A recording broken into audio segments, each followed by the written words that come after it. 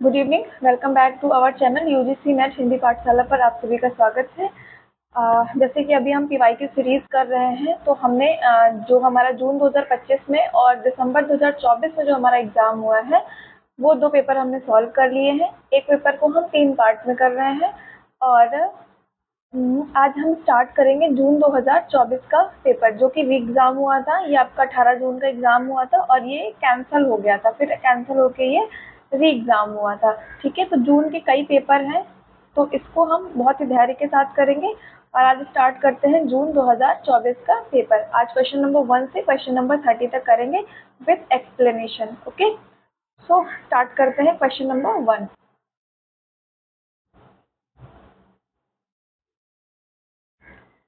Question number 1, निम्नलिखित आत्मकथाओं को प्रकाशन वर्ष के आधार पर बढ़ते क्रम में व्यवस्थित कीजिए।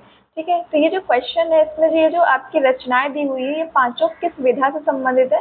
ये आपकी आत्मकथा है पांचों। ठीक है, देख लेते हैं विद प्रकाशन वर्ष, इनको देख लेते हैं हम। हाँ, बनारसीदास जैन की जो अर्थ कथा है, ये पहले क्वेश्चन में देखते हैं, फिर इसके प्रकाशन वर्ष देखेंगे।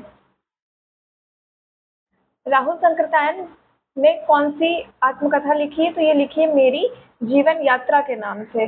फिर सेकंड आते हैं राजेंद्र प्रसाद। राजेंद्र प्रसाद किस नाम से अपनी आत्मकथा लिखते हैं? तो ये आत्मकथा के नाम से ही अपनी आत्मकथा लिखते हैं। फिर आते हैं आपके बाबू श्याम सुंदर दास। तो ये किस नाम से अपनी आत्मकथा लिखते हैं?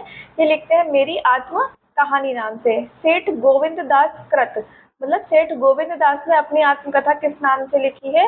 ये लिखी है आत्म निरीक्षण नाम से।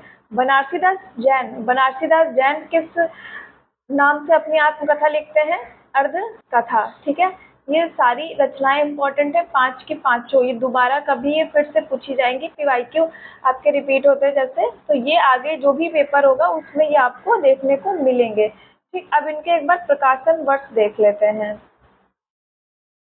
बनारसीदास जैन का है 1641 में, ये लिखते हैं अर्धकथा। बाबू श्याम सुंदर दास मेरी आत्म कहानी लिखते हैं 1941 में। राहुल संकृतायन मेरी जीवन यात्रा लिखते हैं 1946 में। राजेंद्र प्रसाद आत्मकथा लिखते हैं 1947 में। सेठ गोविंद दास आत्मनिरीक्षण लिखते हैं 1958 में। ओके, अब हम आते हैं क्वेश्चन नंबर 2 पे। क्वेश्चन नंबर 2 ये आपका नाटक से संबंधित है और यहाँ पे 4 नाटक से 4 स्टेटमेंट लिए गए हैं और चारों के पात्र दिए गए हैं। आपको ये बताना है कि कौन सी लाइन कौन से पात्र से संबंधित है और कौन से नाटक से संबंधित है, ये भी हमें पता होना चाहिए। आप लोग समझदार हैं, गांधी जी और उनकी बकरी की महिमा जानते हैं। ठीक, तो गांधी जी की बकरी, सरेश्वर दयाल सक्सेना जी का जो नाटक है बकरी, उससे ये संबंधित लाइन है, तो ये आपकी लाइन है दुर्जन से। ठीक, सेकंड आपका आता है मैं उसे मांगता नहीं और क्षमा देने का अधिकार भी तुम्हारा नहीं रहा। ये आपका चंद्रगुप्त जो है, चंद्रगुप्त नाटक से संबंधित लाइन है और चंद्रगुप्त की ही ये लाइन है। चंद्रगुप्त जयशंकर प्रसाद का नाटक है, 1931 में प्रकाशित होता है और बकरी 1974 में सर्वेश्वर दयाल सक्सेना जी का नाटक है। ठीक है, फिर हमारा थर्ड स्टेटमेंट है महत्वाकांक्षा का मोती निष्ठुरता की सीपी में रहता है। ये आपका चाणक्य का कथन है और ये आपके जो जयशंकर प्रसाद जी का नाटक है स्कंदगुप्त, उससे संबंधित है। स्कंदगुप्त 1928 में आता है। ठीक, फिर फोर्थ स्टेटमेंट है मैं इस समय अपना तुम्हारे पास होना बहुत आवश्यक समझता हूँ। ये जो कथन है ये है आपका विलोम पात्र का।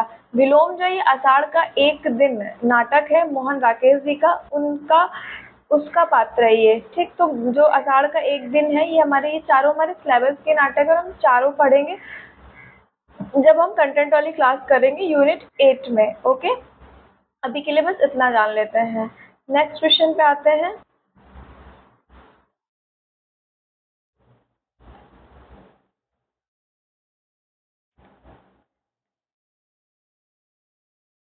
नेक्स्ट क्वेश्चन है क्वेश्चन नंबर 3, निम्नलिखित में से कौन सी रचना संस्मरण है? ठीक, यहाँ पे कुछ रचनाएं दी है जिसमें से आपको बताना है कौन सी संस्मरण विधा की रचना है। संस्मरण क्या होता है? ये आपकी विधा है, जैसे कहानी, निबंध, नाटक, उपन्यास, ये सब क्या है? आपकी विधा है। संस्मरण भी आपकी विधा है। तो इसमें आपका जो संस्मरण है वो एक तो बापू है, टूटा तारा है और एक आपका है एल्बम। ये तीन, बापू, टूटा तारा और एल्बम, ये आपकी संस्मरण विधा की रचना है। ठीक, इनके राइटर के नाम देख लेते हैं, जो इनके रचनाकार हैं उनके नाम पता होना जरूरी है।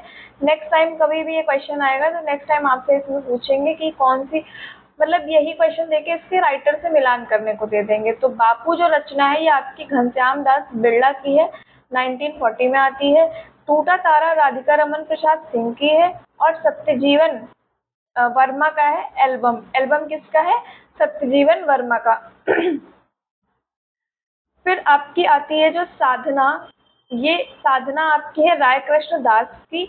और मुक्ति फौज, ये इम्पोर्टेंट है, मुक्ति फौज रिपोर्टाज विधा की और श्रीकांत वर्मा का ये आपका रिपोर्टाज विधा की रचना है। ठीक, फिर हम आते हैं नेक्स्ट क्वेश्चन नंबर 4 पे।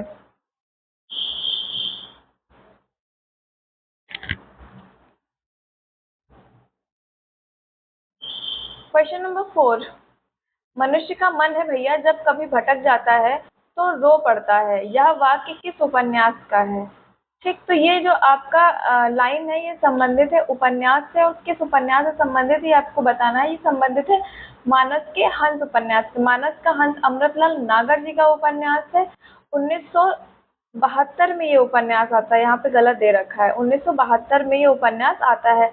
किसका उपन्यास है? मानस का हंस अमृतलाल नागर जी का। यह तुलसीदास जी के जीवन पर आधारित उपन्यास है। ठीक है, किसके जीवन पर आधारित है? तुलसीदास के जीवन पर आधारित है। खंजन नयन एक और जीवनी परक उपन्यास है जो कि सूरदास के जीवन पर आधारित है, और खंजन नयन उपन्यास भी आपका अमृतलाल नागर जी का ही है। अमृतलाल नागर के कुछ अन्य उपन्यास भी हैं, वो भी देख लेते हैं। महाकाल पूछा जा चुका है, सेठ बांकेलाल, बूंद और समुद्र, ये भी आपका पीवाईक्यू में है। शतरंज के मोहरे, अमृत और विष, एकदा नैमिषारण्य, ये भी बहुत इंपॉर्टेंट है। मानस का हंस, नाच्यो बहुत गोपाल, खंजर नैन, ये भी पीवाईक्यू है। बिखरे तिनके, अग्निगर्भा, ये भी आपका पीवाईक्यू है। ठीक, फिर आते हैं हम नेक्स्ट क्वेश्चन, क्वेश्चन नंबर 5 पे। अच्छा, यहाँ पे ना कुछ और रचनाकार हैं जिनके आपके उपन्यास का के नाम दे रखे हैं, वो भी देख लो साथ साथ में। भीष्म साहनी जो है आपके, भीष्म साहनी के उपन्यास है इसमें कुछ, जैसे कि तमस भीष्म साहनी का हमारे सिलेबस में लगा हुआ है। तो कौन सा उपन्यास भीष्म साहनी का हमारे सिलेबस में लगा है? तमस। याद रखना, डायरेक्ट कभी कभी पूछ लेते हैं कि तमस उपन्यास किसका है? भीष्म साहनी का। भीष्म साहनी के बसंती, तमस, कुंतो, नीलू, नीलिमा, नीलाफेर, झरोखे, कड़ियाँ। ठीक, फिर आता है यशपाल, इनका झूठा सच हमारे सिलेबस में है। झूठा सच जो यशपाल जी के अन्य उपन्यास है वो देख लेते हैं। दादा कॉमरेड, देशद्रोही, दिव्या, पार्टी कॉमरेड, झूठा सच, अप्सरा का सांप, तेरी मेरी उसकी बात। इसमें दादा कॉमरेड इम्पोर्टेंट है, देशद्रोही इम्पोर्टेंट है, दिव्या भी इम्पोर्टेंट है, झूठा सच और तेरी मेरी उसकी बात। ओके, फिर आते हैं हमारे फणीश्वरनाथ रेणु जी के उपन्यास, जिन्होंने आंचलिक उपन्यास लिखने की शुरुआत करी थी। तो इनके जो है मैला आंचल, इसी से उन्होंने आंचलिक उपन्यास लिखने की शुरुआत करी थी। परती परिकथा, जुलूस, देवतपा, कितने चौराहे, पलटू बाबू, रोड, कलंक मुक्ति। कलंक मुक्ति इम्पोर्टेंट है, फणीश्वरनाथ रेणु। कृष्णा सोबती का सूरजमुखी अंधेरे के, जिंदगी नामा। जिंदगी नामा हमारे सिलेबस में 1979 में कृष्णा सोबती जी का ये उपन्यास आता है। दिलोदानिश, समय सरगम। कृष्णा सोबती जी के चारों उपन्यास यूजीसी नेट के पेपर में पूछे जा चुके हैं। तो ये आपके जो चारों उपन्यास हैं ये चारों के चारों पीवाईक्यू ही हैं। ओके, फिर आते हैं नेक्स्ट क्वेश्चन नंबर 5 पे। क्वेश्चन नंबर 5, राष्ट्रभाषा केवल रईसों और अमीरों की भाषा नहीं हो सकती, उसे किसानों और मजदूरों की भाषा बनना पड़ेगा। कहानी के संदर्भ में यह कथन किसका है? तो कहानी के संदर्भ में यह कथन कहते हैं प्रेमचंद जी। ठीक, मुंशी प्रेमचंद। तो इम्पोर्टेंट स्टेटमेंट है, आगे चल के कभी मिलान में पूछ लेंगे या ये पूछ सकते हैं कि प्रेमचंद्र ने ये कथन किस संदर्भ में कहा था? तो कहानी के संदर्भ में कहा था। ओके, क्वेश्चन से कैसे नेक्स्ट क्वेश्चन फ्रेम होता है ये पता होना चाहिए। उसके बाद में प्रेमचंद की कुछ कहानियां हैं, ये देख लेते हैं। जैसे कि ईश्वरी न्याय, बूढ़ी काकी, नमक का दरोगा, शतरंज के खिलाड़ी, अलग योझा, पूस की रात, सदगति, बड़े भाई साहब, कफन। बहुत अच्छी कहानी है प्रेमचंद की, कफन 1936 में आती है ये। फिर आता है क्वेश्चन नंबर 6, देखते हैं क्वेश्चन नंबर 6। निम्नलिखित में से संकेतार्थक वाक्य का उदाहरण है। संकेतार्थक वाक्य क्या होते हैं? तो पहले तो ये समझ लो कि संकेतार्थक वाक्य होते क्या हैं आपके। संकेतार्थक वाक्य से तात्पर्य है कि जब कोई एक जो स्टेटमेंट है वो किसी दूसरे स्टेटमेंट पर निर्भर हो, मतलब कोई एक काम हो रहा है तभी कोई दूसरा काम होगा, दोनों सेंटेंस आपस में रिलेट करेंगे, कोई एक वर्क है जो दो सेंटेंस के थ्रू वो ऐड होगा। ठीक है, तो देख लेते हैं, जैसे कि आप अगर अच्छे से पढ़ोगे तभी आप पास होगे, ठीक, ये कह सकते हैं। या अगर आप अच्छी तरीके से खाना बनाओगे तभी आप अच्छा खाना खाओगे, ठीक, एक ये भी एग्जांपल बोल सकते हैं हम। बेसिकली आपका दो यहाँ पर रिलेट कर रहा है, तो इसमें आपका जो ऑप्शन हो जाएगा वो है यदि वह परिश्रम करता तो सफल अवश्य होता। ठीक है, दो स्टेटमेंट है, दोनों आपस में रिलेट कर रहे हैं कि अगर एक नहीं होगा तो दूसरा भी नहीं होगा। ठीक, बस ये चीज इसमें समझनी है। फिर आते हैं नेक्स्ट पे हम क्वेश्चन नंबर 7।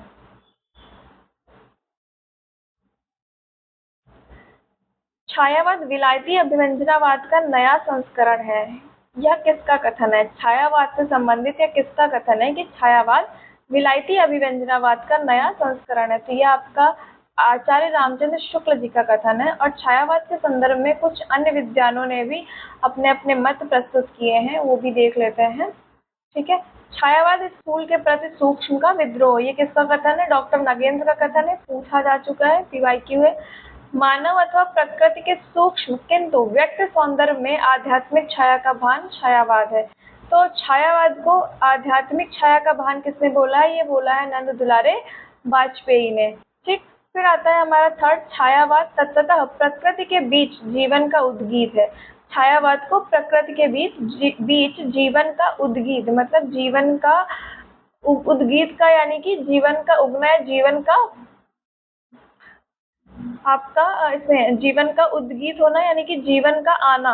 ठीक है, जीवन में कुछ प्रकृति के बीच एक आपका जीवन का पनपना, इसको ये किसने बोला है? महादेवी वर्मा जी ने। फिर आपका नेक्स्ट है छायावाद मूलतः शक्ति का महाकाव्य, तो ये किसकी है? डॉक्टर रामस्वरूप चतुर्वेदी के। किसकी है ये लाइन? डॉक्टर रामस्वरूप चतुर्वेदी। ठीक, फिर आते हैं हम नेक्स्ट क्वेश्चन, क्वेश्चन नंबर 8 पे। क्वेश्चन नंबर 8, कौन सा कथन अंधेर नगरी नाटक के संदर्भ में असत्य है? ठीक है, स्टेटमेंट वाला क्वेश्चन है। ऐसे क्वेश्चन करने के लिए या तो हम सबसे पहले सही ढूंढ लेंगे या तो हम सबसे पहले इसे गलत ढूंढ लेंगे, जिससे कि हमें ऑप्शन एलिमिनेट करने में हेल्प मिल जाए। ठीक, तो अंधेर नगरी नाटक से संबंधित हमें गलत कथन बताने हैं। देखते हैं, यह नाटक 1881 में लिखा गया, एकदम सही बात है। अंधेर नगरी भारतेंद्र हरीशचंद्र जी का नाटक है और 1881 में लिखा गया था। ठीक, फिर आता है और काशी के दशवास मेघ घाट पर उसी दिन अभिनीत भी हुआ। ये स्टेटमेंट आपका एकदम करेक्ट है। कैसे करेक्ट है? जब भारतेंद्र जी इसकी भूमिका लिखते हैं अंधेर नगरी की, तो वो भूमिका में ये बात उल्लिखित करते हैं कि यह नाटक एक ही दिन में लिखा गया और काशी के दशवास मेघ घाट पर अभिमंचित हुआ। ठीक है, किस घाट पे अभिमंचित हुआ था? काशी के दशवास मेघ घाट पर। ठीक है, फर्स्ट स्टेटमेंट हमारा करेक्ट है। तो ए अगर हम देखें तो हमारा सिर्फ अभी एक ही ऑप्शन में है, लेकिन हम इतनी जल्दी आंसर पे नहीं पहुंचेंगे। फिर हम देखते हैं इस नाटक में 5 दृश्य नहीं, इस नाटक में हमारे 6 दृश्य हैं। कितने दृश्य हैं? टोटल 6 दृश्य हैं। तो बी कट गया, बी कट गया। ठीक है, अभी हमारे पास में क्या बचा? सी, डी, ई और ए, सी। आगे के देखते हैं, द्वितीय अंक स्थान, जो द्वितीय अंक है उसका क्या नाम है? जंगल है, नाम है द्वितीय। देखो इसमें ना 6, इस नाटक में टोटल 6 दृश्य हैं, उसमें अलग अलग अंक में अलग अलग अलग यहाँ पर आपके नाम है। तो उसमें जो द्वितीय अंक है उसका नाम क्या है? उसका नाम है तो क्या? द्वितीय अंक स्थान का नाम जंगल नहीं है यहाँ पे, वो आता है आपका बाजार। तो सी स्टेटमेंट आपका क्या है? ये गलत ही है। अच्छा एक मिनट, इसमें आपको गलत स्टेटमेंट बताने ना, तो ए ऑप्शन जो है ये आपका ए ऑप्शन यहाँ पे एलिमिनेट होगा, क्योंकि ए स्टेटमेंट एकदम करेक्ट है हमारा। ठीक है, तो हमारा वो ऑप्शन होगा जिसमें बी आंसर होगा। तो बी एक इसमें है और एक इसमें है, सी ऑप्शन भी यहाँ पे एलिमिनेट हो जाएगा। अब बी और सी, तो बी भी गलत है आपका, और द्वितीय अंक स्थान का नाम जंगल नहीं, यहाँ पे बाजार है। ठीक है, तो तीसरे दृश्य में ज्ञान और अज्ञान की टकराहट दिखाई पड़ती है। बी स्टेटमेंट करेक्ट है आपका। आपका फिर गलत होता है ई स्टेटमेंट, साच कहे तो पनही खावे, झूठे बहुबित पावे, या चौथे अंक का नहीं, या गीत है आपका 5वें अंक का। ओके, ये अभी इसमें ऐसे पूछा गया है, नेक्स्ट टाइम ना ये कैसे पूछा जाएगा, ये लाइन दे के पूछ ली जाएगी कि ये जो लाइन है अंधेर नगरी नाटक के किस अंक से संबंधित है, तो ये संबंधित है 5वें अंक से। ओके, अंधेर नगरी आपका प्रहसन नाटक है, ये भी याद रखना।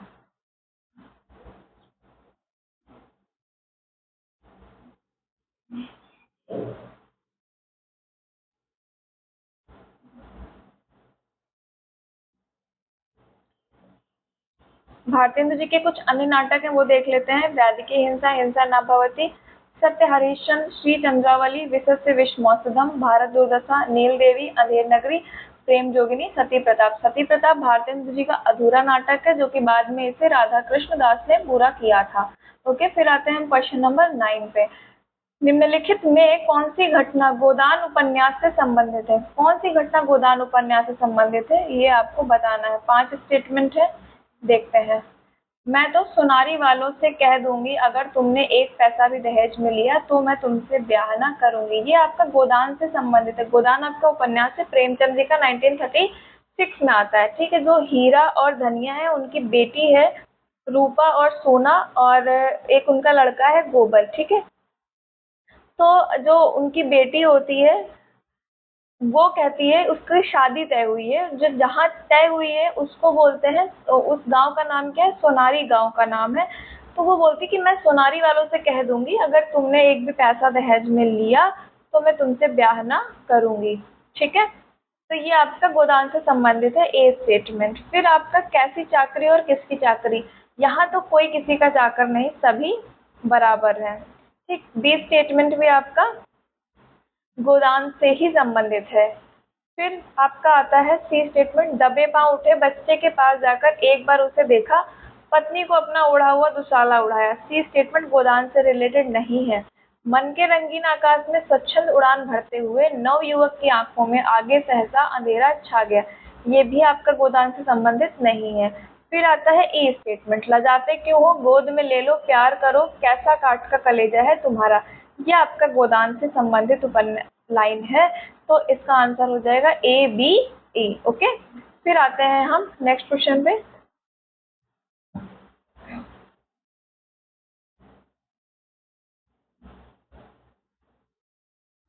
क्वेश्चन नंबर 10,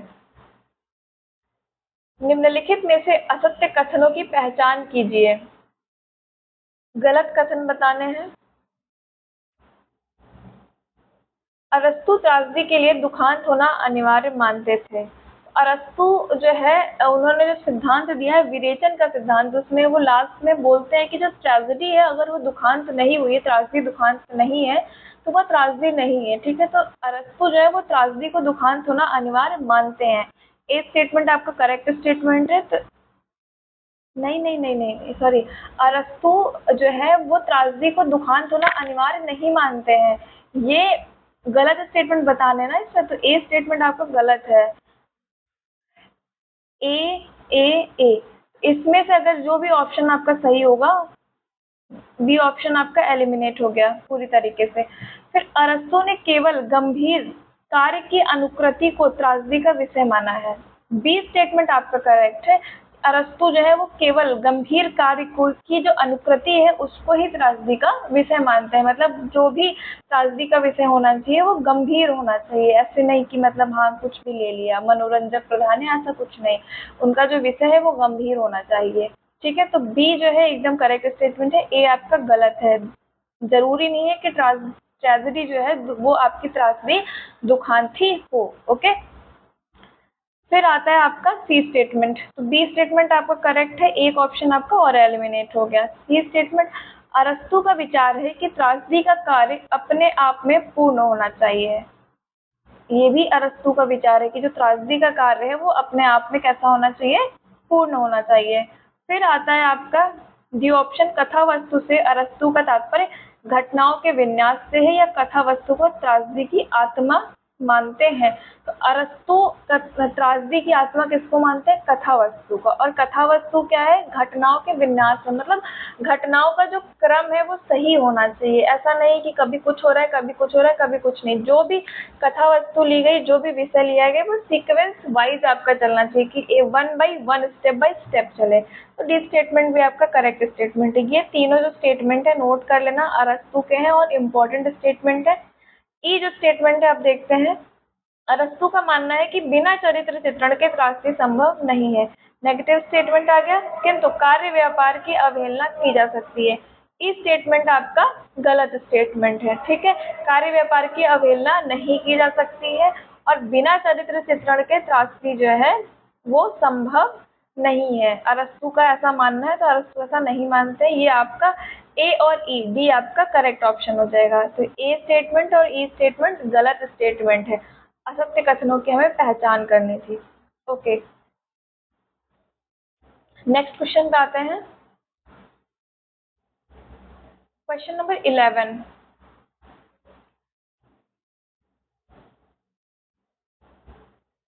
कल्पना सिद्धांत के संबंध में निम्नलिखित में से कौन से कथन असत्य हैं? कैसे बताने हैं? हमें गलत कथन बताने हैं कल्पना से संबंधित, ठीक है। पढ़ते हैं। कॉलरिज ने कल्पना पर तर्कसंगत ढंग से विचार किया और कहा, यह बेशक दिव्य शक्ति हो सकती है किंतु रहस्यमय नहीं है। तो ये कॉलरिज का स्टेटमेंट है, नोट कर लेना। आगे ये वन लाइनर में पूछेंगे स्टेटमेंट देके कि किसका स्टेटमेंट है। कॉलरिज का स्टेटमेंट है। ये स्टेटमेंट आपका बिल्कुल करेक्ट स्टेटमेंट है। फिर आपका जो है सेकंड स्टेटमेंट, कॉलरिज ने कल्पना के प्रारंभिक और विशिष्ट दो भेद माने हैं। तो बिल्कुल सही है, कॉलरिज ने कल्पना का प्रारंभिक और विशिष्ट यानी कि मुख्य कल्पना और गौड़ कल्पना दो भेद माने हैं। बी स्टेटमेंट भी आपका करेक्ट है। एक ऑप्शन ये आपका एलिमिनेट हो गया यहाँ से और एक ऑप्शन आपका यहाँ से ये एलिमिनेट हो गया। आते हैं सी पे। मुख्य या प्रारंभिक कल्पना एक आत्मिक ऊर्जा है जिसमें मन शक्ति अथवा आत्म शक्ति के अन्य सभी पहलू, प्रत्यक्ष ज्ञान शक्ति, विचार शक्ति, संकल्प शक्ति, मनोवेग आदि सभी समाहित हो जाते हैं। ये उन्होंने जो मुख्य कल्पना या प्रारंभिक कल्पना, इसको क्या बोल रहे हैं कि एक आत्मिक ऊर्जा है जिसमें सब कुछ समाहित, सभी प्रत्यक्ष पहलू, जो ज्ञान शक्ति है, मनोवेग है आपका, जो भी आपके मन स्थिति है, मन से संबंधित जो आपके विचार हैं, आवेग, वेग आवेग हैं, वो सब इसमें समाहित हो जाती है। जी नहीं, तो कॉलरिज ये बात किसके लिए बोलते हैं? ये बोलते हैं वो गौड़ कल्पना के लिए, ठीक है। तो आपका सी स्टेटमेंट गलत है। गलत स्टेटमेंट ही हमें बताना था, तो सी एक यहाँ पर मिल गया हमें। ए वाला तो हमने पहले ही काट दिया है, ठीक। फिर हम देखते हैं डी स्टेटमेंट।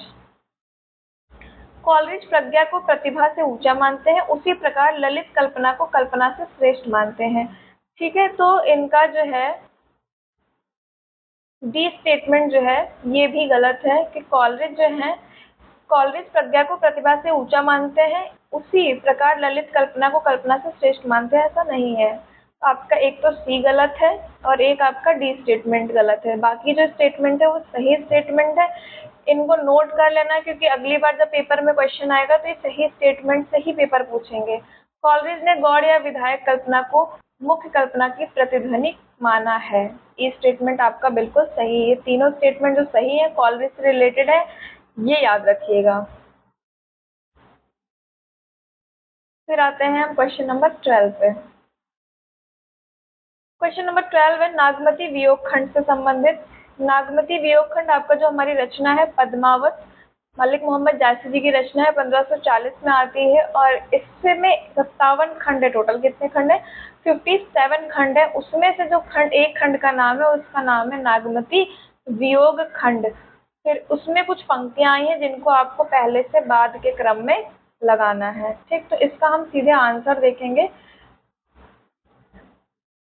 झुरी झुरी पिंजर है भई विरह काल मोहि दीन, जिन घर कंता ते सुखी तिन गारो ओ गर्व, त्यूसो कहो एक संदेश ला हे भौरा हे खाक, यह तन जारो छार के कहो कि पवन उड़ाओ, बरस दिवस धन रोई के हारी परिचित झांकी। ये पांचों लाइनें आपकी किससे संबंधित है? नागमती वियोग खंड से संबंधित है। नेक्स्ट टाइम जब ये क्वेश्चन रिपीट होगा तो कैसे रिपीट होगा, या तो ये लाइन देके आपसे पूछ लेंगे कि ये किस रचना से संबंधित है, तो आप उसमें पद्मावत बताओगे।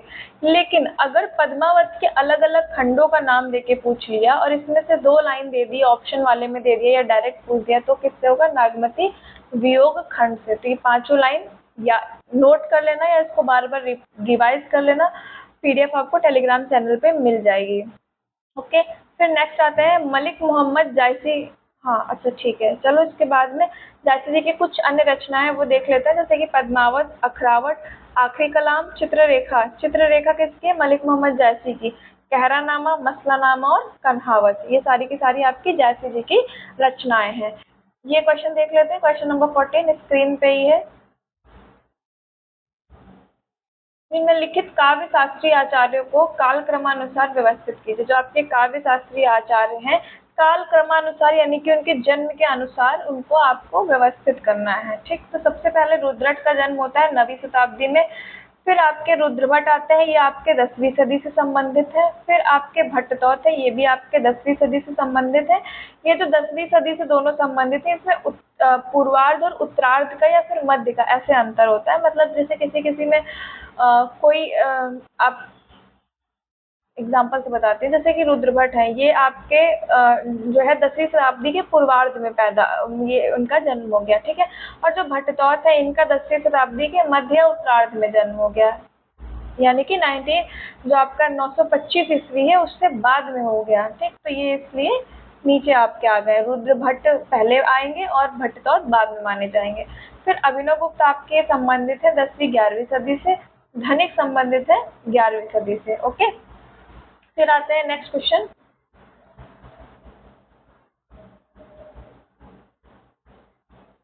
क्वेश्चन नंबर 13 साकेत मैथिली शरण गुप्त जी की रचना है, 1931 की ये रचना है।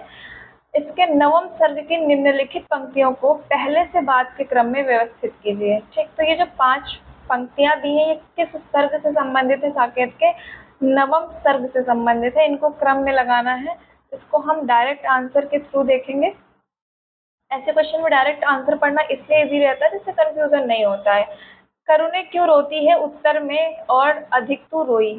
फिर मानस मंदिर में सती पति की प्रतिमा थाप, वेदने तू भी भली बनी। सखी पतंग भी जलता है, हाँ दीपक भी जलता है, निरख सखिए खंजनाए। ओके, 5 की 5 लाइन आपकी साकेत से संबंधित है। ठीक है, रामचरितमानस के बाद जो है इसे श्री राम जी के जीवन का, जो राम काव्य का दूसरा महाकाव्य जिसे बोला जाता है या दूसरा स्तंभ जिसे बोला जाता है, तो वो आपका मैथिली शरण गुप्त जी का साकेत है। ठीक है, साकेत में टोटल कितने सर्ग हैं? 12 सर्ग हैं, ये पता होना चाहिए। कितने सर्ग हैं टोटल?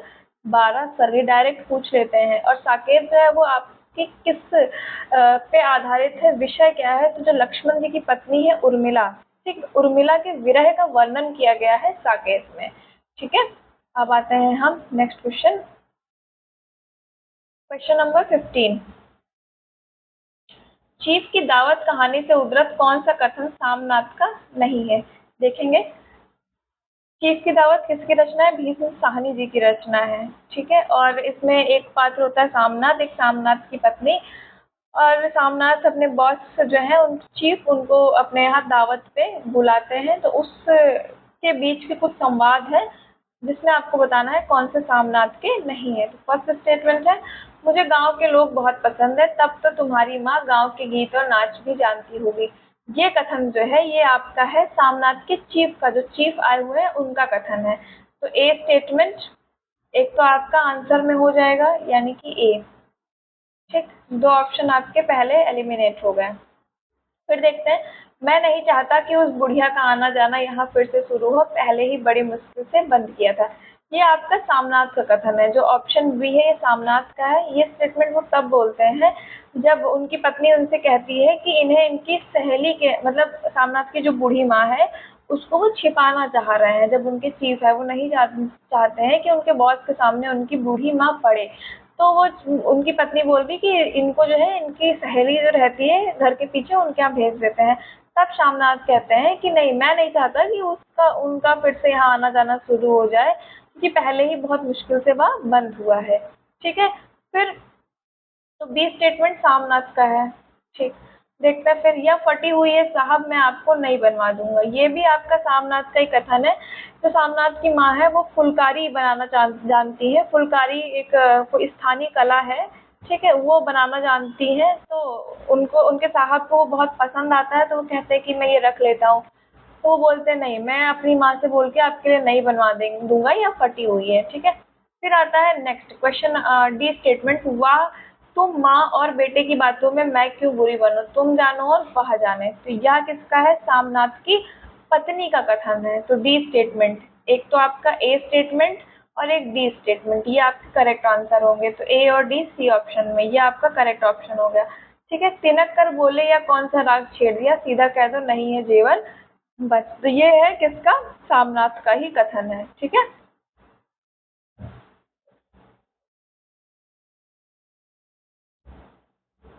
भीष्म साहनी जी की जो कहानियां हैं और उपन्यास है, दोनों बहुत इंपॉर्टेंट है, इनकी कहानियां देख लेते हैं। भाग्य रेखा है ये, भाग्य रेखा पहला पार्ट, भटकती राख, पटरियां, वांगचू, शोभा यात्रा, निशाचर, पाली, डायन आदि। ठीक है, ये सारी की सारी कहानियां इंपॉर्टेंट है, और अभी 2 पेपर में अगर देखो आप तो बहुत बार ये पूछा जा चुका है, 4 से 5 बार पूछा गया है ये। फिर आता है नेक्स्ट क्वेश्चन पे, निम्नलिखित में से कौन सी रचना ईश्वरदास की नहीं है। तो ईश्वरदास की नहीं है, 4 रचनाएं हैं, इसमें से जो रामायण कथा है ये ईश्वरदास की रचना नहीं, ये विष्णुदास की रचना है।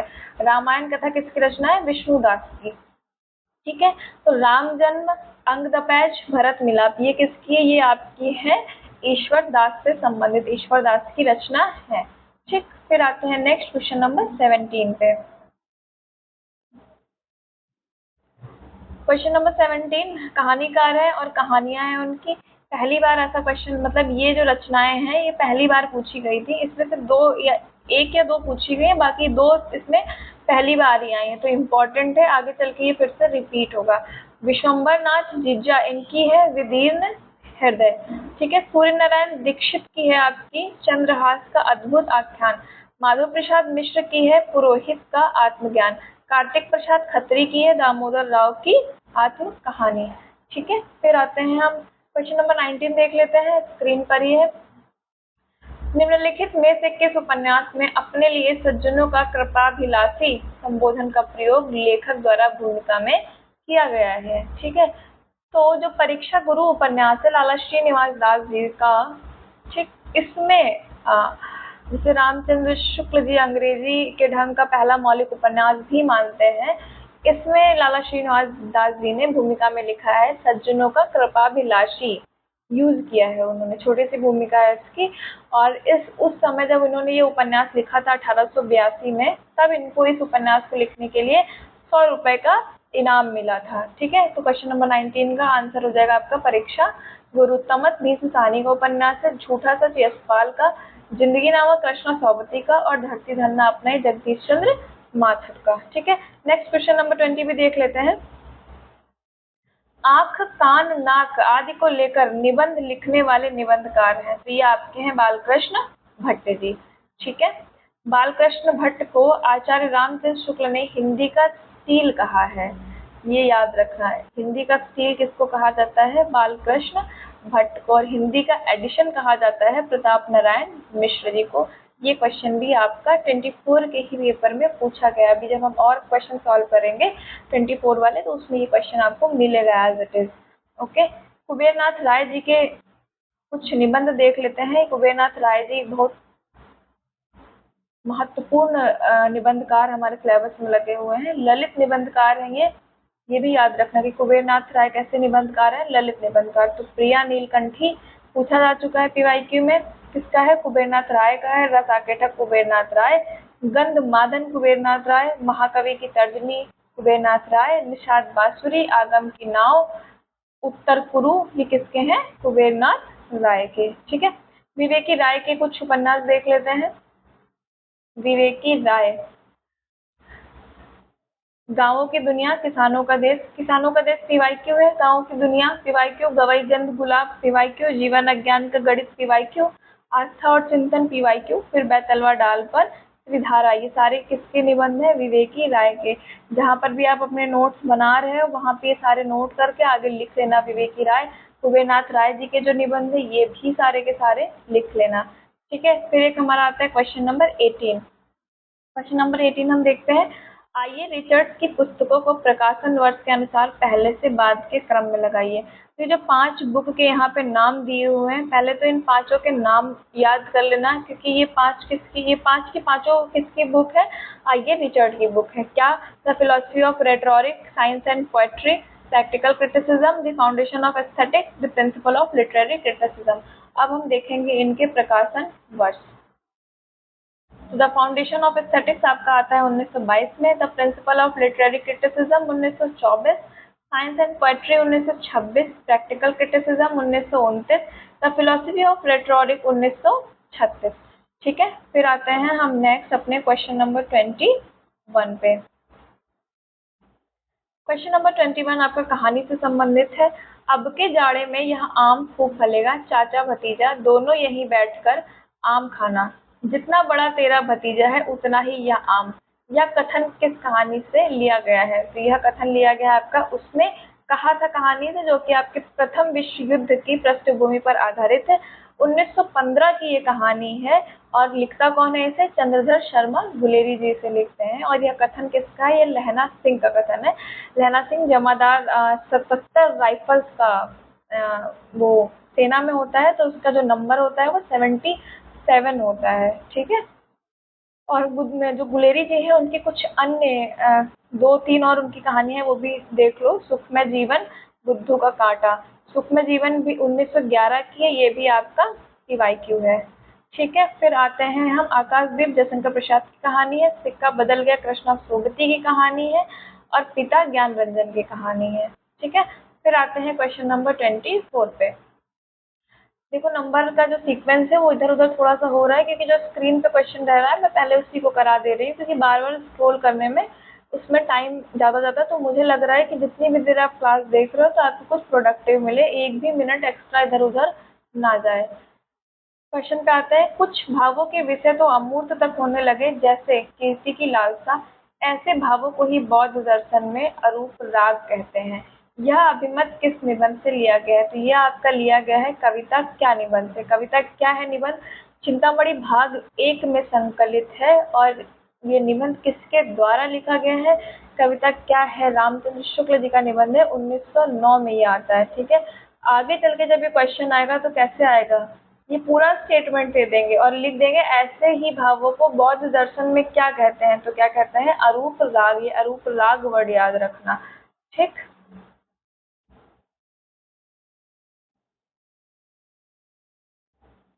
क्वेश्चन नंबर 22, कुछ लक्षण है और आचार्य। ये लक्षण जो है ये काव्य लक्षण से संबंधित है। ठीक है, देख लेते हैं इसमें।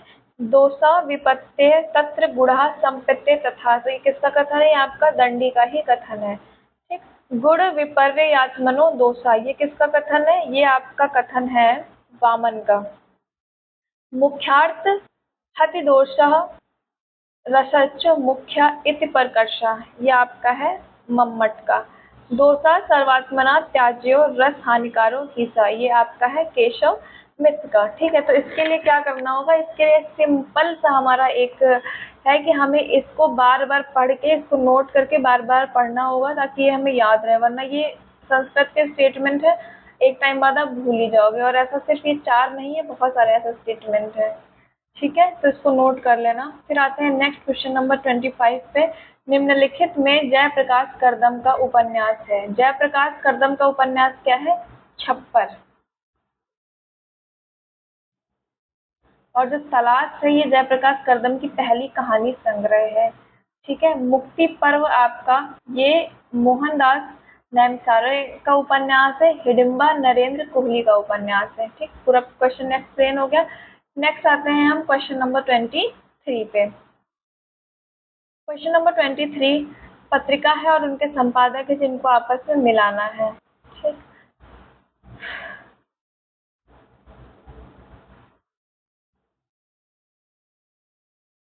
आंसर में सीधे देख लेते हैं। आनंद कादम्बिनी किसकी पत्रिका है? रामचंद्र शुक्ल। रामचंद्र शुक्ल ने इसका संपादन किया है। विचार भगवती चरण वर्मा, समालोचक चंद्रधर शर्मा गुलेरी, सुदर्शन देवकी नंदन खत्री। ठीक है, चारों इंपॉर्टेंट है, चारों को इसको नोट कर लीजिएगा या फिर याद कर लीजिएगा। फिर आते हैं क्वेश्चन नंबर 26 पे। क्वेश्चन नंबर 26, सुधाकर अखबार के संपादक निम्नलिखित में से कौन से हैं? सुधाकर अखबार के संपादक कौन है? तारा मोहन मित्र हैं। 1850 में ये आपका अखबार प्रकाशित होता है, साप्ताहिक प्रकाशित होता है, हर सप्ताह निकलता है। और कहाँ से ये प्रकाशित हुआ था? तो काशी से प्रकाशित हुआ था। ठीक है, सुधाकर, तारा मोहन मित्र, 1850, साप्ताहिक, काशी। ये जो चार्ट बना है एज इट इज इसको बना लेना, नहीं बनाना है तो पीडीएफ से पढ़ लेना इसको।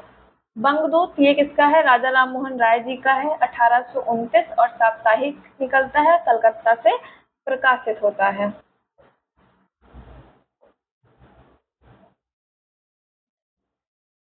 नेक्स्ट, समाचार सुधा वर्षन किसका है? ये श्याम सुंदर सेन का है, 1854 में प्रकाशित होता है। दैनिक यानी कि रोज निकलता है और कलकत्ता सबसे पहले कहाँ आता है? कलकत्ता से।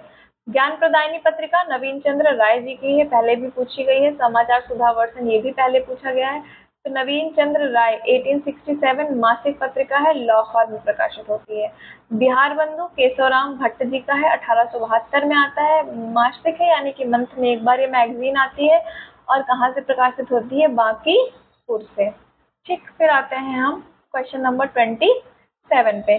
जायसी में मृत्यु बोध की त्रासक अंतर्दृष्टि है। ओके, पद्मावत का प्रतिपादित पद्मिनी का सती होना नहीं है, यह पंक्ति किस इतिहासकार की? तो ये आपकी जो पंक्ति है बच्चन सिंह की है। ठीक, नोट कर लेना, इम्पोर्टेंट है। तो जायसी में मृत्यु बोध की त्रासक अंतर्दृष्टि है। जायसी, यहाँ पे मलिक मोहम्मद जायसी की बात हो रही है, उनकी जो रचना है पद्मावत, उसके लिए वो बोल रहे हैं कि जो पद्मावत का उद्देश्य है वो पद्मिनी का सती होना नहीं है। ठीक है, कौन कह रहा है? ये बच्चन सिंह जी। ओके, फिर आते हैं हम, पद्मावत में आपके कितने खंड है? 57 खंड है। नेक्स्ट क्वेश्चन पे आते हैं, क्वेश्चन नंबर 28। सर्वदमन किस उपन्यास का पात्र है? तो सर्वदमन आपका राग दरबारी का पात्र है। राग दरबारी 1968 में आता है, श्रीलाल शुक्ल जी का उपन्यास है। जो शिक्षा व्यवस्था में सरकारी कॉलेज स्कूलों में आपका भ्रष्टाचार व्याप्त होता है उससे संबंधित ये दिखाया गया है उपन्यास को। ठीक है, इनकी अन्य रचनाएं जो हैं श्रीलाल शुक्ल जी की नहीं श्रीलाल शुक्ल जी की नहीं, सॉरी, जो आपकी सूनी घाटी का सूरज श्रीलाल शुक्ल जी का है। अज्ञातवास श्रीलाल शुक्ल, सीमाएं टूटती है, ये भी आपका श्रीलाल शुक्ल जी का है। मकान श्रीलाल शुक्ल जी की रचना है। ठीक है, धरती धरना अपना 1972 में आता है, जगदीश चंद्र माथुर का यह उपन्यास है। समझ भीष्म साहनी का है। और आपका बंटी ये जो है मन्नू भंडारी जी का उपन्यास है, 1971 का ये उपन्यास है। और आपका बंटी बाल मनोविज्ञान पर आधारित ये उपन्यास है। ठीक है, इसमें क्या होता है, जब पति पत्नी तलाक ले लेते हैं तो बच्चे की जो मानसिक स्थिति है उसका वर्णन मन्नू भंडारी जी ने बहुत अच्छी तरीके से किया है। नेक्स्ट क्वेश्चन है क्वेश्चन नंबर 29। इसको देखते हैं। अर्थवान कंठोदगीर्ण ध्वनि समष्टि ही भाषा है। यूनिट 1 से रिलेटेड ये क्वेश्चन है। भाषा की उपयुक्त परिभाषा किस विद्वान ने दी है? तो भाषा की परिभाषा किसने दी है? ये दी है सुकुमार सेन ने। पहली बार ये पूछा गया है, आगे ये मिलान वाले में पूछेंगे, डेफिनेटली ये पूछेंगे, तो इसको इम्पोर्टेंट मार्क कर लीजिएगा। ठीक है, कुछ और यहाँ पे आपकी परिभाषाएं दी हुई हैं भाषा के संबंध में, वो देख लेते हैं। जिन ध्वनि चिन्हों द्वारा मनुष्य परस्पर विचार विनिमय करता है, क्या करता है? विचार विनिमय, आदान प्रदान करता है अपने विचारों का, उनको समष्टि रूप से भाषा कहते हैं। ये किसका है? बाबूराम सक्सेना का है। सुकुमार सेन का पूछा गया है तो आगे चल के फिर इनका पीडी गुड़े बांद्रे, बाबूराम सक्सेना, इनका भी पूछा ही जाएगा। बाबूराम सक्सेना का पता चल गया। फिर देखते हैं, ध्वन्यात्मक शब्दों द्वारा हृदयगत भावों तथा विचारों का प्रकटीकरण ही भाषा, ये किसकी है? डॉक्टर पीडी गुणे की। ठीक, ये भी इम्पोर्टेंट है, इसको भी आप नोट मार्क कर लीजिएगा। भाषा एक प्रकार का चिन्ह है। चिन्ह से तात्पर्य उन प्रतीकों से है जिनके द्वारा मनुष्य अपना विचार दूसरों प्रकट करता है। ये आपकी किसकी है? ये आपकी वांद्रे आपके एक विचारक है, उनकी है। इनका आगे की स्टेटमेंट है, ये प्रतीक भी कई प्रकार के होते हैं, जैसे नेत्र ग्राह्य, श्रोताग्राह्य, स्पर्शग्राह्य। वस्तुतः भाषा की दृष्टि से श्रोतग्राह्य प्रतीक ही सर्वश्रेष्ठ है। वांद्रे जी का स्टेटमेंट है। कभी या तो ये डायरेक्ट स्टेटमेंट देके पूछ लेंगे कि किसका कथन है, तो वांद्रे जी का होगा, ठीक है। लेकिन अगर इसमें ये पूछते हैं कि वांद्रे जी ने भाषा की दृष्टि से किस प्रतीक को सर्वश्रेष्ठ माना है, तो ये आपका हो जाएगा श्रोताग्राह्य का, ठीक है। फिर आता है भाषा उस स्पष्ट, सीमित तथा सुसंगठित ध्वनि को कहते हैं जो अभिव्यंजना के लिए नियुक्त की जाती है। किसका कथन है? क्रोचे का कथन है, बेर्नार्ड क्रोचे, ओके। आज का लास्ट क्वेश्चन है क्वेश्चन नंबर 30। यहाँ पे कुछ काव्य सिद्धांत है और उनसे संबंधित दर्शन दिए हुए हैं, जिनको आपको बताना है कौन सा किससे संबंधित है, ओके। तो उत्पत्तिवाद आपका संबंधित है मीमांसा दर्शन से, अनुमतिवाद आपका संबंधित है न्याय दर्शन आचार्य शंकुक, ठीक है। फिर भुक्तिवाद आपका संबंधित है सांख्य दर्शन से, और अभिव्यक्तिवाद आपका संबंधित है शैव दर्शन से, ठीक है। यहीं पे आज हमारे 30 क्वेश्चन कंप्लीट होते हैं। तो आज की क्लास हम एंड करते हैं। आपको क्लास कैसी लगी ये कमेंट में ज़रूर बताइएगा, और क्लास को लाइक करिएगा, चैनल को सब्सक्राइब करिएगा और शेयर करिएगा, ठीक है। और जो भी आपके सजेशन हो वो कमेंट बॉक्स में आप ड्रॉप करिएगा। Thank you so much. मिलते हैं हम नेक्स्ट क्लास में।